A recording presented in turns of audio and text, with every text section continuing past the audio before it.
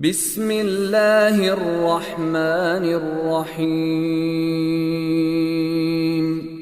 والشمس وضحاها والقمر إذا تلاها والنهار إذا جلاها إن الحمد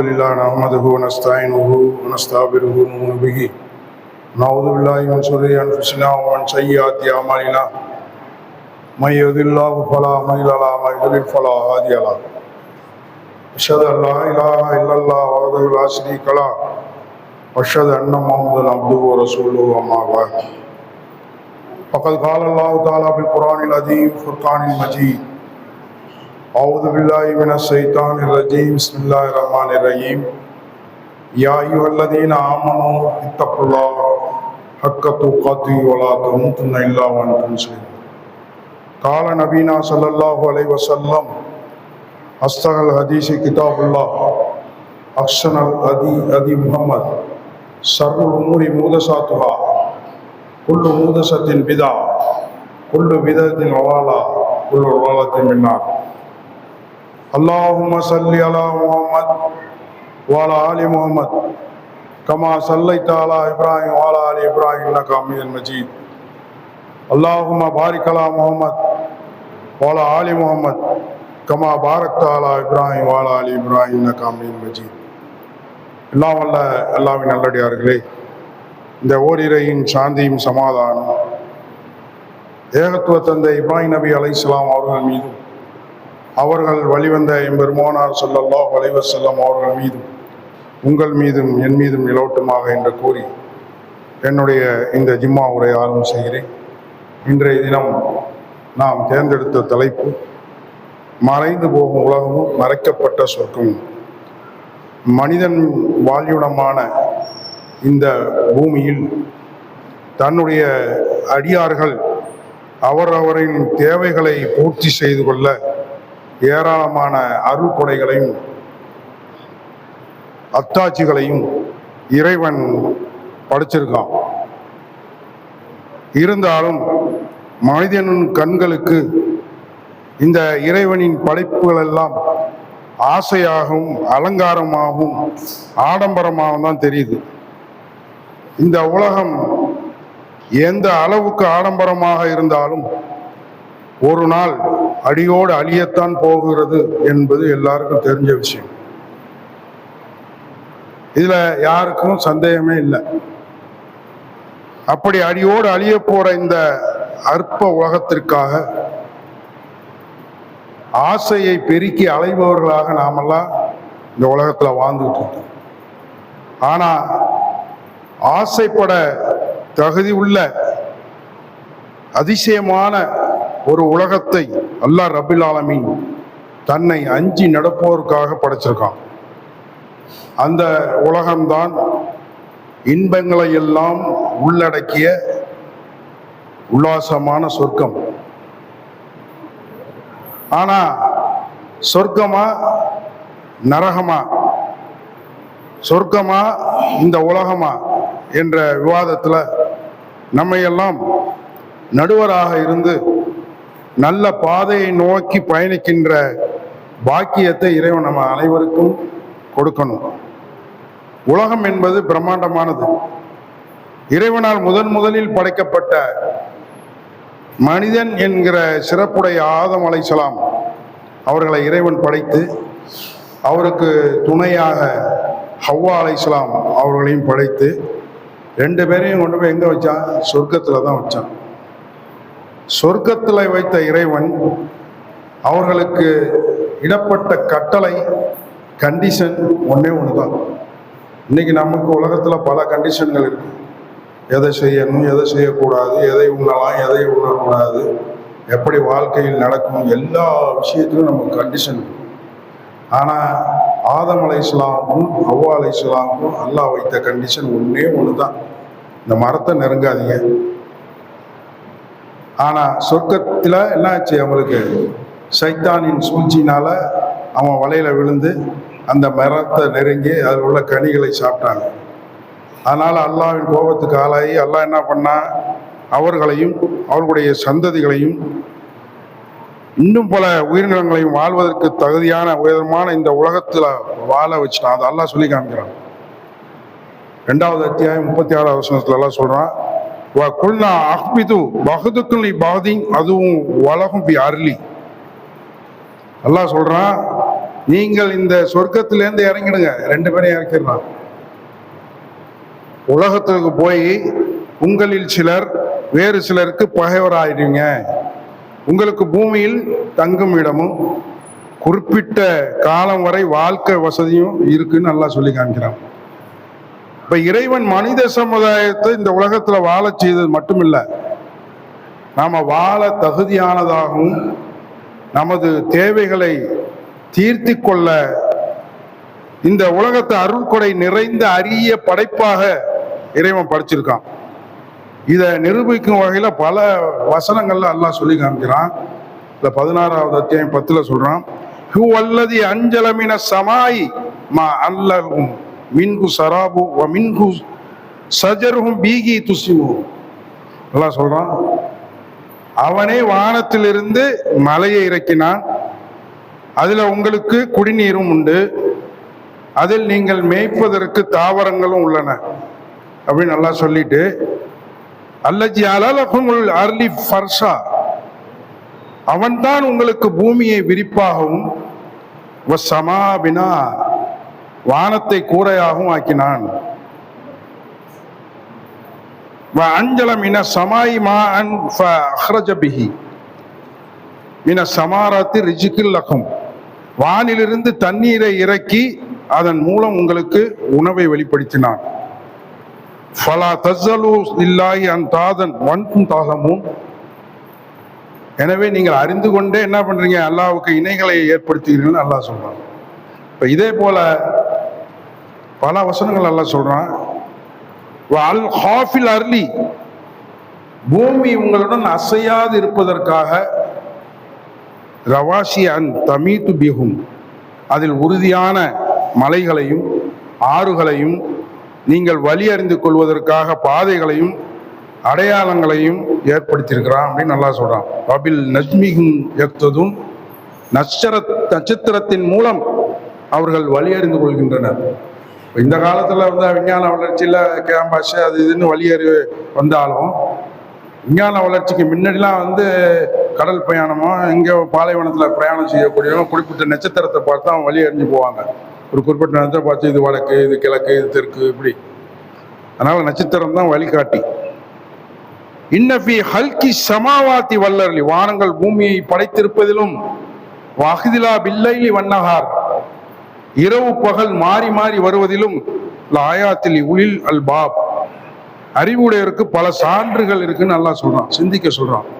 இப்படி மனிதர்கள் இந்த உலகில் வசதியாக வாழ்வதற்காகவும் தங்களோட தேவைகளை பூர்த்தி செய்து கொள்வதற்கும் இந்த உலகத்தை விரிப்பாக படைத்து வானத்தை கூரையாக அமைத்து, இதுல என்னத்துக்கு வானத்தை கூரையாக அமைச்சுன்னு நல்லா சொல்றான்னா, சூரியன்லேருந்து வரக்கூடிய ப்ளூ ரேஸ், புற ஊதா கதிர்கள் மனிதனோட மேலே படக்கூடாதுங்கிறதுக்காக அதை ஃபில்டர் பண்ணி அனுப்புகிறான். அது மட்டும் இல்லாமல் எரிக்கற்கள் இதெல்லாம் நமக்கு வானம் தடுப்பாக இருந்து ஃபில்டர் பண்ணி, அதுதான் வானத்தை கூரையாக அமைச்சுங்கிறான். அதுலேருந்து தூய்மையான தண்ணீரை இறக்கி அதை குடிநீராக்கி ஆறுகளாக்கி தாவரங்களையும் விளைச்சலைகளையும் புற்பூண்டுகளையும் முளைக்கச் செய்து அந்த விளைச்சல் இருந்து உணவுகளையும் ஏற்படுத்தி பலவிதமான பயன்களை நமக்கு அல்லாஹ் தந்திருக்கான் இந்த உலகத்தில். இவை அனைத்தும் சீராகவும் உறுதியாகவும் இருப்பதற்காக நீண்ட பெரிய கோபுரங்களை போல உயரமான கம்பீரமான மலைகளை பூமியில் முளைகளாக ஊண்டியிருக்கிறான் அல்லாஹ். இப்ப இன்னும் சொல்லணும்னா, அசாதாரணமான படைப்புகள் இந்த உலகத்துல ஆரவாரமாக படைக்கப்பட்டிருக்கு.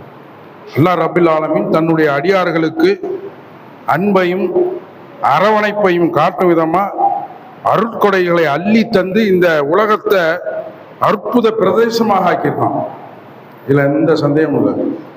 இத்தனை படைப்புகளை பார்க்கும் போதே இந்த உலகம் சாதாரண படைப்பு இல்லை என்பதை நம்முடைய உள்ளமே படம் பிடித்து காட்டும். இந்த உலகம் ஆடம்பரம் என்றாலும் அழிவு நிச்சயம். இறைவன் இந்த உலகத்துல அறிவில் இருந்து தண்ணி அப்படி வந்து ஓடுது இல்ல, அந்த நீரை போல அழகிய அருள்கடைகளை பரவ செய்திருப்பதாக சொல்றான். இப்ப பார்வையை கொள்ளக்கூடிய பிரம்மாண்டமான பூங்காவை போல இந்த உலகத்தை படைத்திருந்தாலும் ஒரே நேரத்துல ஒன்றுமே இல்லாத பொட்டல் காடாக இறைவன் இந்த உலகத்தை பெயர் தெரிய போகிறான் என்பதுல எந்த விதமான பயமும் அச்சமும் நமக்கு இல்லை.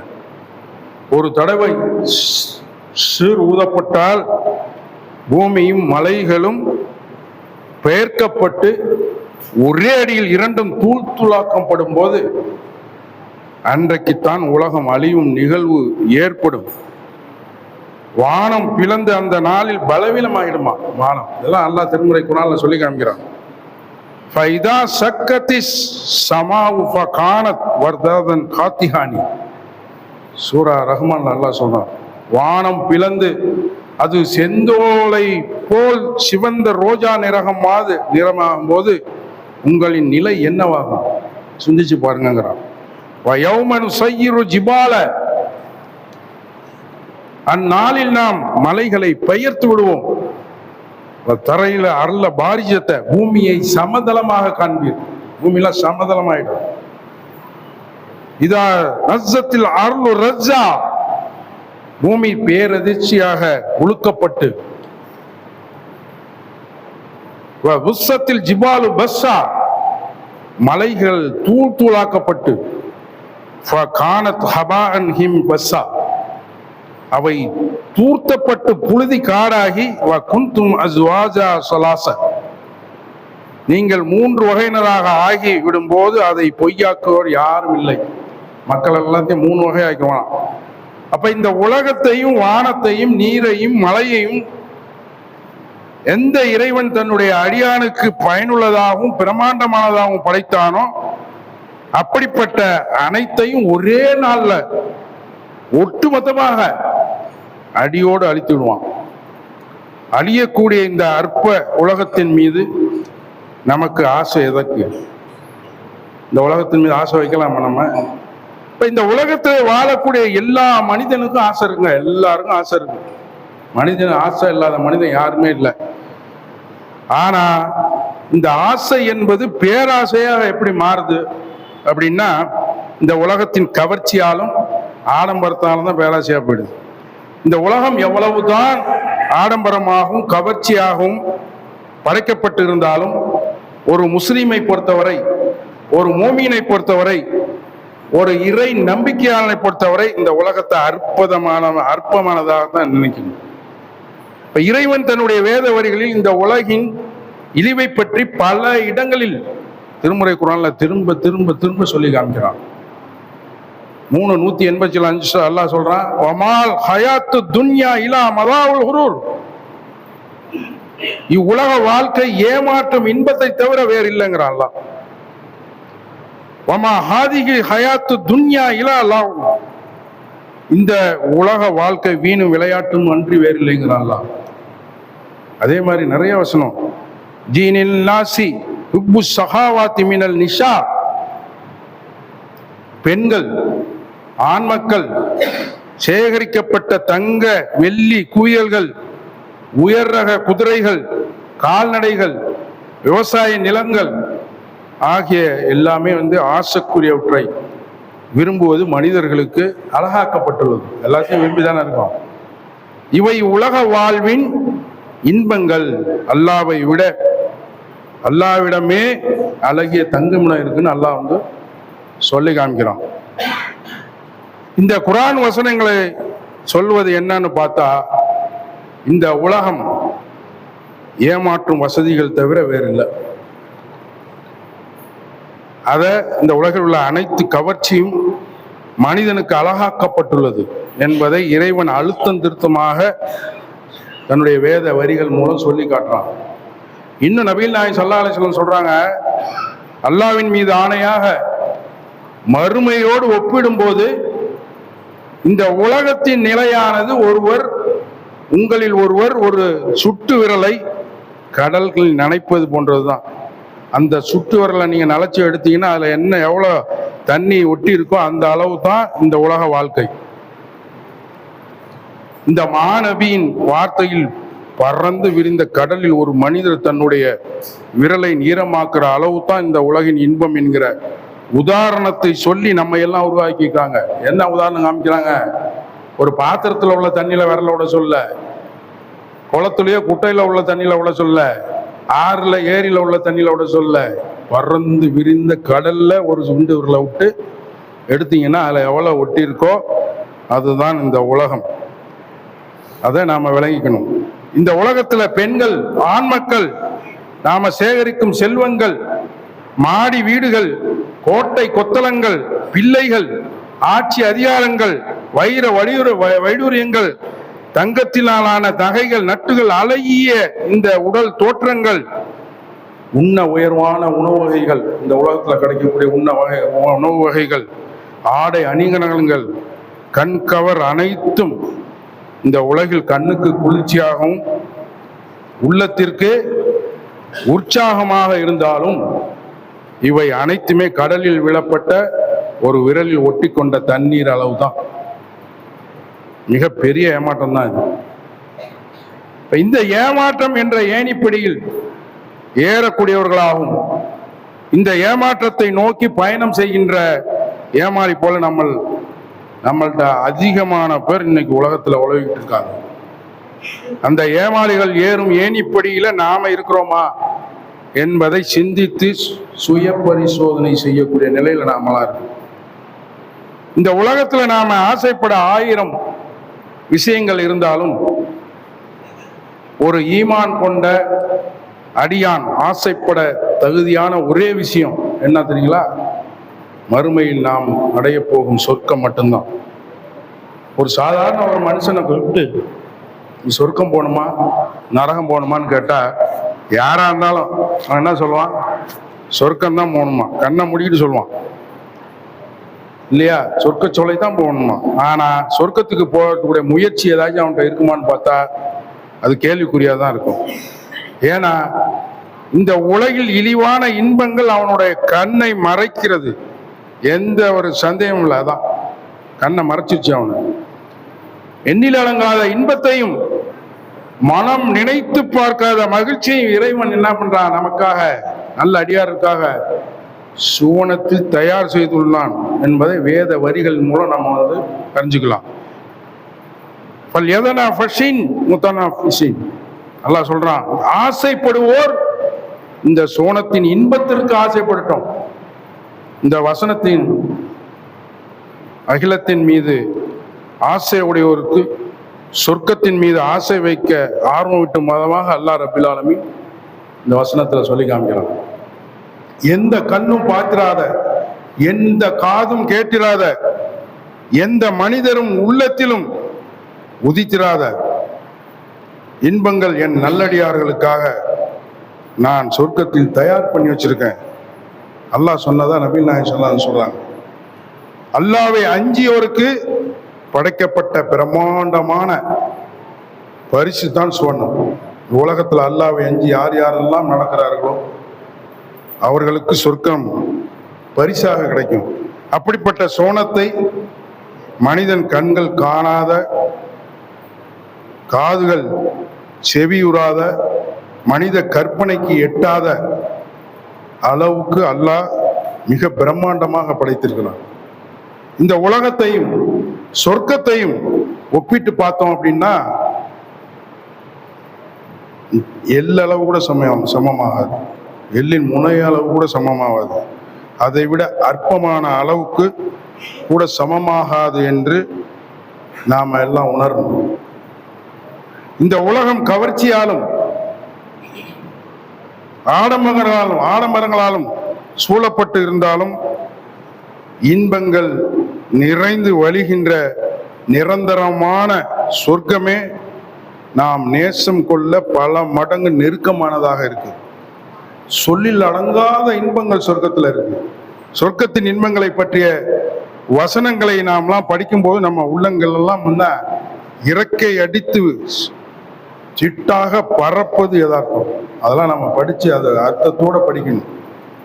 அதனால தான் தன்னுடைய அடியார்களை மெருகூட்டி மேம்படுத்த இறைவன் என்ன பண்றான், சிட்டுக்குருவிகளுக்கு தீனி போடுற மாதிரி கொஞ்சம் கொஞ்சமா சொல்றான். சிட்டுக்குருவிக்கு எவ்வளவு தீனி போடுவோம்? கொஞ்சம் கொஞ்சமா தான் போடுவோம். அதே மாதிரி அல்லாஹ் கொஞ்சம் கொஞ்சமா இந்த திருமறை குர்ஆன்ல சொல்லி காமிக்கிறான். வஷீஹல் லதீன தகவ் ரப்பக்கும் இலல் ஜன்னதி ஜிமாரா ஹத்தா இதா ஜாவுஹா. அல்லாஹ் சொல்றான், தமது இறைவனை அஞ்சியோர் கூட்டம் கூட்டமாக சொர்க்கத்தை நோக்கி அழைத்து செல்லப்படுவார்கள். வஹுதிகத் அப்வாபுஹா வகால லஹும் ஹஜனதுஹா ஸலாமுன் அலைக்கும் திப்தும். அதன் வாயில்கள் யார் இருப்பா? திறந்து வைக்கப்பட்ட நிலையில் அவர்கள் அங்கு வரும்போது, சொர்க்கத்திற்கு வரும்போது மகிழ்ச்சி அடைவார்கள்.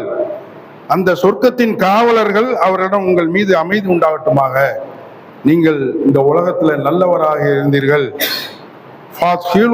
ஹாலிதீன், இதில் நிரந்தரமாக தங்கி இருப்பவர்களாக இந்த சொர்க்கத்தின் உள்ளே நுழையுங்கள் என்று வானவர்கள் கூறுவார்னு அல்லாஹ் 39வது அத்தியாயம் 73 சொல்லி காமிக்கிறான்.